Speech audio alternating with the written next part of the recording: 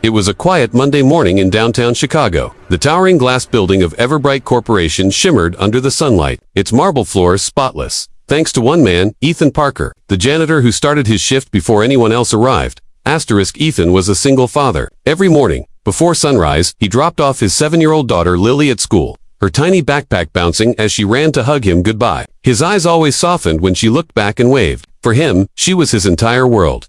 Inside the skyscraper, employees often walked past Ethan without noticing him, but he didn't mind. He had learned long ago that kindness wasn't measured by job titles. He cleaned every corner with pride because it helped him feed Lily, and that was all that mattered. That morning, while mopping the lobby, he heard the sharp clicking of heels behind him. When he turned, he saw her, Claire Anderson, the CEO of Everbright Corporation, known as one of Chicago's youngest and most powerful executives. Claire had built a reputation for being tough, focused, and cold-hearted. But today, she looked different. Her face was pale, her eyes slightly puffy, like she hadn't slept in days. Good morning, ma'am, Ethan greeted politely, stepping aside to let her pass. Claire paused. You're Ethan, right? She asked softly, surprising him. Yes, ma'am, Ethan Parker, he said, unsure why she remembered his name.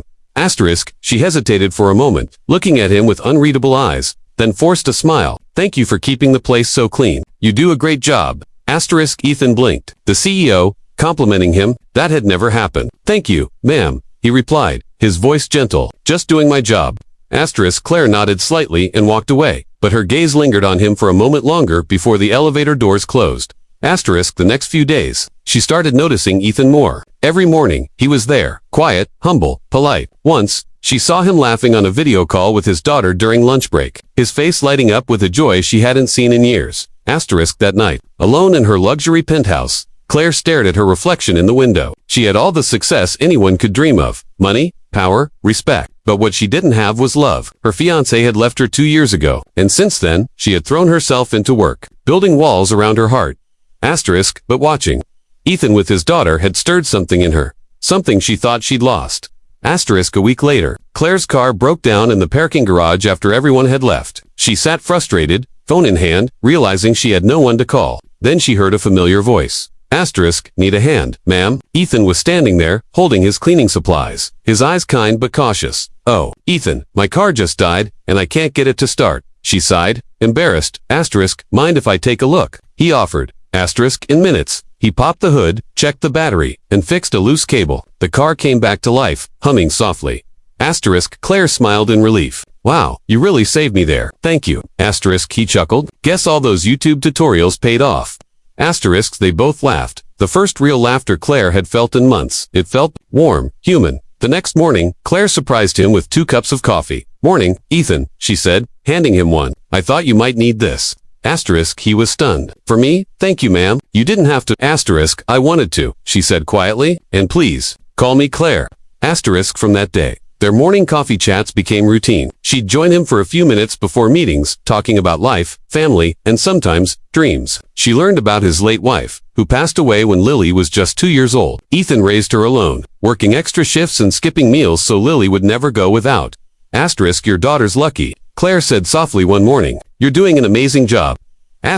He smiled sadly. I just do my best. She's my reason for everything.